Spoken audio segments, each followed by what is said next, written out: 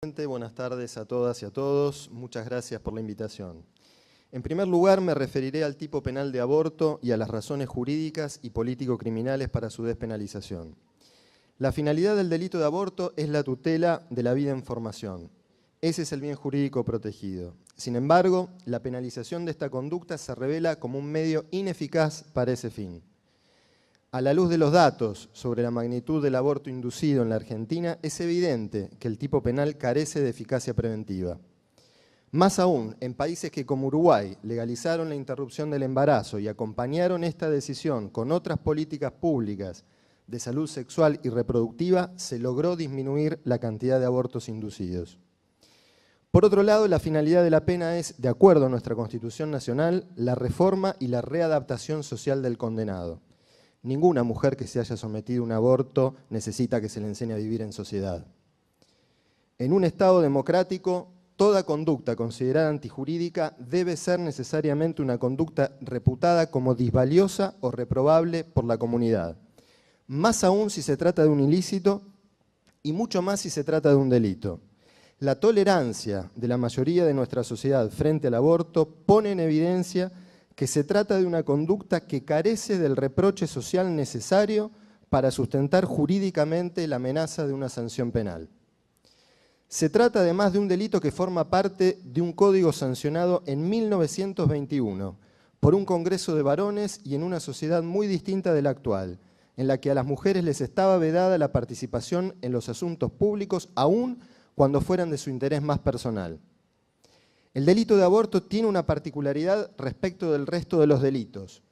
No solo contiene una norma de prohibición, no abortar, sino que además impone un mandato, y no cualquier mandato, sino uno que implica un enorme compromiso existencial para la mujer, el de llevar a término un embarazo aún en contra de su voluntad. El delito de aborto tiene un impacto negativo en la medida en que el aborto inseguro es la principal causa de mortalidad materna. Es además un tipo penal discriminatorio y por lo tanto contrario a nuestra Constitución Nacional, que desde 1994 protege especialmente los derechos de las mujeres.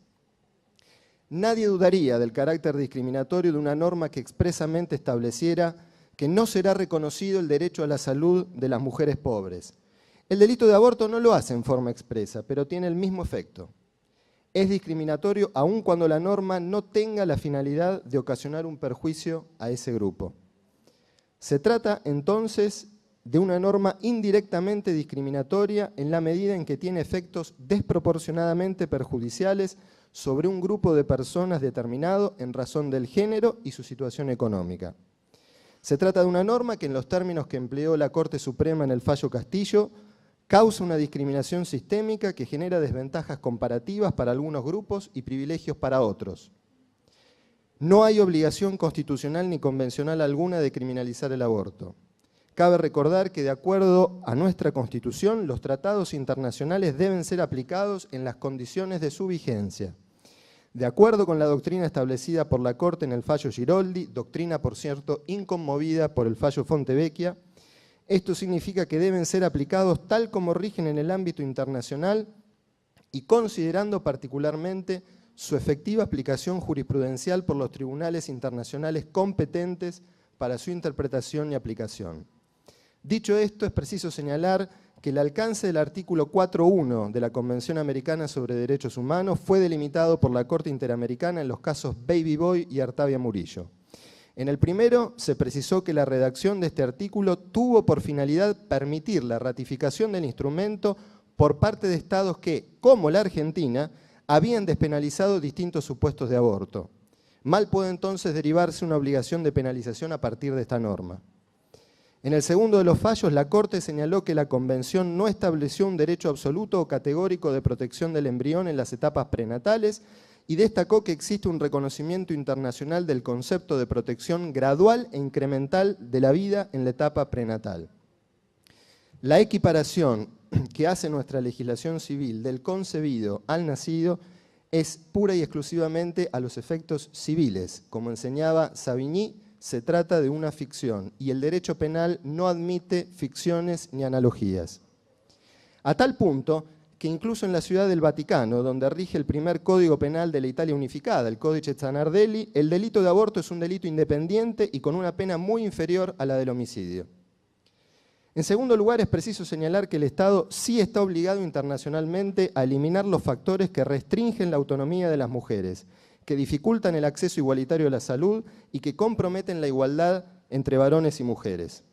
Es por ello que la tutela de la vida en formación debe armonizarse con los derechos sexuales y reproductivos de la mujer en respeto a su autonomía e intimidad. Como sostuvo la Corte Interamericana, el interés por la protección de la vida prenatal no puede entenderse como un derecho absoluto, cuya alegada protección se utilice para justificar la negación de otros derechos. La única forma de hacerlo es reconocer que la protección de la vida del no nacido, como lo admitió la Corte en el fallo FAL, no es absoluta, sino gradual e incremental en las distintas etapas del desarrollo. Por ello, es necesaria una legislación que confiera a la mujer el derecho a interrumpir el embarazo por su sola demanda, que ese derecho pueda ser ejercido sin condicionamientos aproximadamente durante el primer trimestre de embarazo, implica reconocer la necesidad de proteger la vida en formación. Un modelo como el propuesto, de plazos, que incluso podría prescindir de la penalización en todos los casos, respetaría nuestro ordenamiento jurídico, lo establecido por el Sistema Interamericano de Protección de los Derechos Humanos y las libertades individuales. Un minuto. A ello se oponen posturas dogmáticas que pretenden imponer a todos una determinada visión del mundo, pero también un curioso liberalismo de producción nacional, totalmente autóctono, que a la vez que absolutiza el derecho a la propiedad, le niega a las mujeres el derecho a ser plenamente dueñas de sus cuerpos. Ustedes, señoras diputadas y señores diputados, tienen la oportunidad y el deber de asegurarles el goce de ese derecho. Muchas gracias.